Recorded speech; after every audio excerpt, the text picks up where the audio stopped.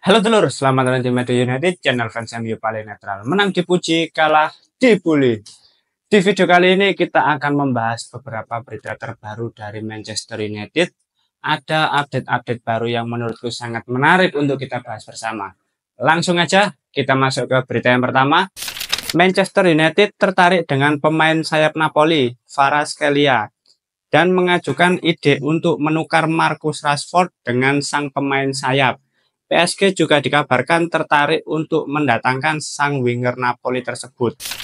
Memang di bursa transfer Januari, ya namanya proses bursa transfer, siapapun bisa dikaitkan. Tapi kalau kita melihat situasi yang ada, memang yang menjadi prioritas Manchester United saat ini adalah menjual beberapa pemain. Salah satunya Marcus Rashford. Karena tidak bisa dipungkiri ya, mau bagaimanapun Rashford ini sudah tidak akan masuk ke dalam skema dari Ruben Amorim.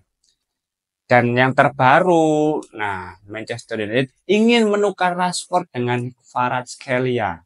Duh, angele jenenge iki, Kvaratskhelia. Kalau kita lihat dari sisi performa memang juga lumayan bagus. Dan kalaupun Rashford ke Napoli, otomatis nanti dia akan kembali reuni dengan Scott McTominay. Tapi apakah pihak Napoli mau? Menurutku belum tentu. Karena apa ya? Yang pertama dari market value-nya pun tentu akan berbeda. Secara usia Kvaratskhelia ini masih muda, sekitar umur 23 tahunan. Secara prospek tentu masih bagus untuk jangka panjang, sedangkan Rashford harusnya sudah di masa prime-nya. Tapi hal itu tidak bisa dibuktikan ketika berada di Manchester United. Tentu kalau ingin melakukan barter pemain, sepertinya Manchester United yang harus menambah jumlah uang kalau ingin memboyong Kvaratskhelia. Dan kabar terbarunya, pihak PSG sudah menawar pemain ini dengan harga 80 juta pound sterling.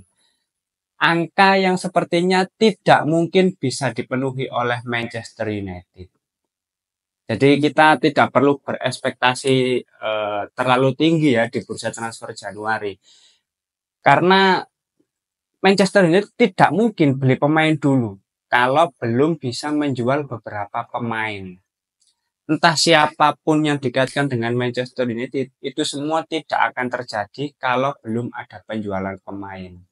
Dan yang bekerja sangat keras untuk saat ini ya agen dari Marcus Rashford, terus agen-agen dari pemain yang akan dijual di bursa transfer kali ini. Ya seperti Casemiro, Victor Lindelof, Christian Eriksen kalau ada yang mau. Ini memang situasinya sangat sulit. Jadi kita harus lebih bersabar dulu. Ketika klub-klub lain sudah mulai ada penawaran, sudah ada kesepakatan untuk pembelian pemain, penjualan pemain.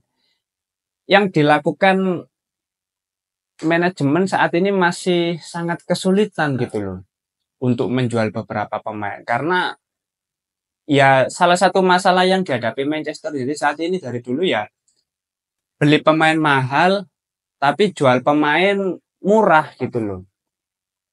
Ini yang tidak ada keseimbangan dengan neraca keuangan di Manchester United. Dan sekarang hal ini yang coba diperbaiki oleh manajemen mulai dari bursa transfer musim panas kemarin. Jadi kalau kembali lagi kita melihat peluang dari Kvaratskhelia barter dengan Marcus Rashford itu kemungkinannya masih kecil menurutku. Karena melihat informasi terbaru dari negosiasi antara Manchester United dengan AC Milan, kabarnya AC Milan ini akan menjadikan Marcus Rashford ini sebagai pemain prioritas, sebagai pilar utama, dan akan membangun tim di sekitar Marcus Rashford. Entah ini nanti akan menjadi kesepakatan resmi atau belum, tapi yang terpenting dan yang bisa kita yakini bersama di bursa transfer Januari nanti Marcus Rashford akan dijual. Tapi kalau Kvaratskhelia ini, aduh, kemungkinannya kecil ya, karena MU nggak sekaya itu lur. Dan kita sebagai fans juga berusaha realistis gitu loh. Dikaitkan dengan ini itu, nggak bisa ya. Dananya itu nggak ada gitu loh. Nggak ada. Dan memang ya tidak bisa dipungkiri ya. Kalau pengen, ya pengen. Tapi mampunya ini enggak kayaknya.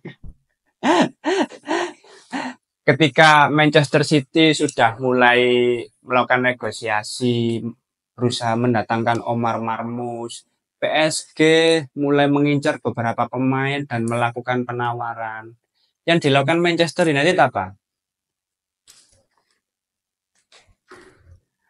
Duduk, buka jajan, karo mangan kacang. Enak ya, iku wis tuku. Enak ya, iku wis tuku pemain. Kita hanya bisa melihat dari kejauhan gitu loh. Karena ketidakmampuan dari sisi finansial untuk membeli pemain. Ya ini yang dilakukan manajemen. Delok tambah mangan kacang, iku. Intinya untuk kemungkinan barter antara Marcus Rashford dan Kvaratskhelia menurutku masih kecil karena terkendala apa ya? Terkendala pihak Napolinya mau atau enggak, dan kalaupun mau pasti Manchester United harus menambah uang karena secara market value tentu akan berbeda. Kabarnya Napoli juga kalau mau melepas Kvaratskhelia di bursa transfer Januari, harganya juga pasti lebih tinggi gitu loh. Oke, kita masuk ke berita berikutnya. Alejandro Garnacho terbuka untuk meninggalkan Manchester United setelah merasa frustrasi dengan perannya yang terbatas di bawah pelatih baru Ruben Amorim. Keputusan Garnacho untuk mempertimbangkan hengkang menjadi kabar yang menarik perhatian klub-klub besar Eropa yang tertarik dengan bakatnya. Ini satu persatu para pemain sudah mulai merasa kalau dia memang bukan bagian dari proyek jangka panjang Ruben Amorim. Ya, aku pribadi sih nggak ada masalah ya. Kemarin kayak Kobbie Mainoo rumornya juga menuntut gaji yang tinggi, 200.000 per pekan. Sekarang Alejandro Garnacho merasa frustrasi karena tidak menjadi pemain reguler dan bagian dari proyek Ruben Amorim. Itu adalah hal yang wajar karena mau bagaimanapun ketika pelatih ingin mengimplementasikan skemanya itu harus memiliki beberapa pemain yang cocok.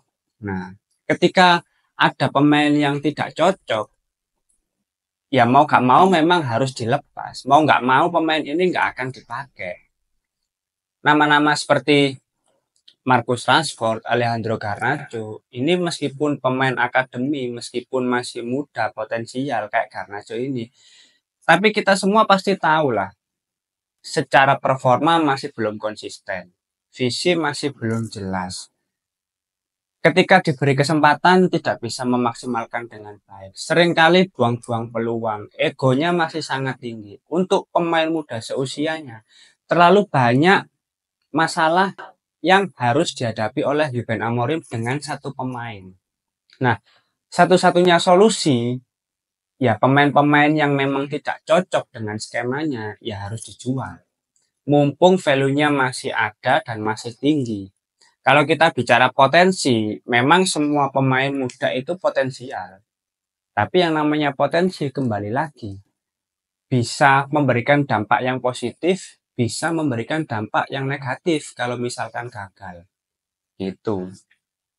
50 juta untuk Alejandro Garnacho menurutku akan menjadi angka yang bagus kalau Manchester United bisa menjual dengan harga segitu. Dan kabarnya kan Atletico Madrid juga sedang memantau situasi dari Alejandro Garnacho. Nggak apa-apa, lepas saja. Memang terkadang untuk membenahi internal Manchester United perlu perlu pembersihan secara menyeluruh gitu loh. Oke lah, nggak apa-apa. Memang ada beberapa pemain yang di musim-musim sebelumnya itu menjadi pemain kunci, menjadi pemain inti, menjadi pemain yang memberikan kontribusi besar bagi klub. Tapi kalau untuk saat ini dirasa tidak bisa memberikan sumbangsi lebih, ya nggak apa-apa. Bersih-bersih aja, dibuang aja, dijual aja, daripada jadi penyakit. Gitu. Oke, kita masuk ke berita berikutnya. Diogo Leon akan berangkat ke Manchester United Sabtu ini untuk menjalani pemeriksaan medis dan mengenal klub barunya tersebut. Oke, Diogo Leon ini satu-satunya pembelian terbaru bagi Manchester United saat ini. Ketika semua klub membeli pemain-pemain yang memiliki nama besar, yang kualitasnya sudah matang, sudah terjamin, Manchester United saat ini justru mencari pemain-pemain muda potensial yang secara harga masih sangat terjangkau. Dan di bursa transfer Januari baru mendatangkan Diogo Leon. Memang tidak bisa dipungkiri, pembelian-pembelian seperti ini adalah hal yang paling realistis bagi Manchester United. Tapi kalau kita lihat secara performa dari Diogo Leon memang lumayan bagus bagi klubnya saat ini. Tapi kalau kita lihat secara kualitas itu masih sangat mentah dan harus dipoles lebih jauh lagi lah untuk Diogo Leon ini. Mungkin di musim panas mendatang dia kan baru datang ke Manchester United sebagai pemain baru ya. Karena saat ini masih terkendala usia, jadi belum bisa datang ke Manchester United sebagai pemain baru. Ini masih di tahap pemeriksaan medis. Tapi di musim panas mendatang, dia baru resmi menjadi pemain baru Manchester United. Nah, kemungkinan kalaupun sudah datang ke Manchester United, ini tidak akan langsung masuk ke dalam tim senior, melainkan akan uji coba dulu dengan tim U17, U20, seperti itu. Karena pemain-pemain seperti ini tuh kalau langsung dimasukkan ke tim senior itu akan sangat riskan. Resikonya akan sangat tinggi. Meskipun di posisi kiri Manchester United ini masih belum ideal, tapi manajemen tidak akan nekat untuk memasukkan pemain-pemain muda yang baru didatangkan untuk dilibatkan langsung dengan tim senior. Dengan kerasnya Premier League, dengan padatnya jadwal yang akan dijalani Manchester United. Tapi semoga Diogo Leon ini akan menjadi pembelian yang sangat bagus, pembelian yang sukses bagi Manchester United, dan akan terlihat progresnya di 2-3 tahun mendatang. Oke, kita masuk ke berita yang terakhir. Direktur Operasional Colette Roach akan diberi tanggung jawab tambahan di Carrington agar Jason Wilcox akan lebih fokus pada aspek kinerja dalam perannya daripada manajemen operasional dan logistik sehari-hari di pusat pelatihan Manchester United. Untuk saat ini memang kalau kita melihat situasi di manajemen Manchester United masih sangat sulit lah, sangat sulit. Sesulit-sulitnya Manchester United ya situasi seperti ini, situasi sekarang ini. Karena dari awal sebetulnya sejak kedatangan Ineos, ini kan harapannya bisa memberikan perubahan yang bagus bagi Manchester United. Tapi nyatanya sampai saat ini masih kesulitan, masih banyak permasalahan yang belum terselesaikan. Di awal-awal kepemilikan Ineos dengan manajemen yang baru sudah membuat blunder-blunder fatal. Salah satunya dengan memperpanjang kontrak Erik ten Hag. Bukan memperpanjang, mengaktifkan opsi tambahan 1 tahun bagi Erik ten Hag. Dan blunder tersebut akhirnya memberikan dampak yang merugikan bagi klub. Dengan memecat Erik ten Hag ketika musim sudah berjalan. Terus menelusuri lebih jauh mengapa kontrak Erik ten Hag ini diperpanjang. Karena persetujuan dari Dan Ashworth. Akhirnya Dan Ashworth pun dipecat setelah baru 5 bulan bekerja di Manchester United. Akhirnya apa? Akhirnya Manchester United harus mengeluarkan uang yang besar untuk biaya kompensasi pelatih, untuk kerugian yang harus diterima akibat mendatangkan Dan Ashworth dari Newcastle. Akhirnya sekarang dari sisi finansial itu masih sangat kesulitan. Dan untuk menutupi hal tersebut, pihak manajemen akhirnya melakukan pemotongan, pemangkasan, pengurangan karyawan. Banyak sekali potongan-potongan anggaran yang harus dilakukan oleh pihak manajemen. Mungkin dari kita sebagai fans yang tidak terlibat di dalam internal Manchester United merasa ya kok semedit iku, sepelit iku. Ya memang kalau kita bilang pelit ya pelit. Tapi untuk tetap bisa berjalan sebagai sebuah organisasi, sebagai sebuah bisnis, hal-hal tersebut, keputusan-keputusan ekstrim itu memang harus dibuat. Memang medit, tidak bisa dipungkiri. Tapi kalau tidak dilakukan seperti itu, ya utangnya pasti akan bertambah besar. Kerugian yang dialami di masa mendatang juga pasti akan besar. Nah, Ineos berusaha meminimalisir resiko-resiko yang lebih besar gitu loh. Maka dari itu memang untuk bursa transfer sekarang kalau kita lihat di manajemen Manchester United prioritasnya tetap penjualan pemain. Siapapun pemain yang bisa dijual pasti akan dijual oleh para manajemen sekarang. Karena apa? Ya kesulitan dari sisi finansial itu. Manajemen yang baru ini harus bekerja dengan lebih ekstra lagi untuk menyeimbangkan raca keuangan, untuk menstabilkan kondisi internal Manchester United yang ya porak-poranda lah kalau kita lihat. Masih belum stabil, jauh dari kata stabil.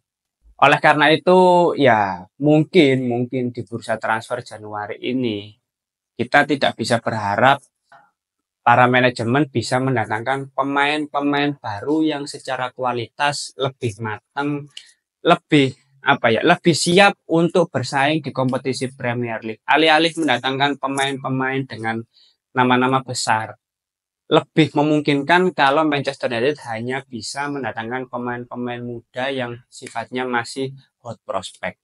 Tapi kita semua pasti akan menantikan ya, siapapun yang didatangkan dan siapapun yang dijual itu sudah menjadi keputusan terbaik dari manajemen. Kita sebagai fans tentu akan tetap mensupport apapun kebijakan yang dilakukan oleh manajemen, apapun keputusan yang dipilih oleh manajemen. Oke, mungkin itu dulu beberapa update terbaru dari Manchester United. Kalau teman-teman ada opini lain, langsung tulis saja di kolom komentar. Kita diskusi santai seperti biasa.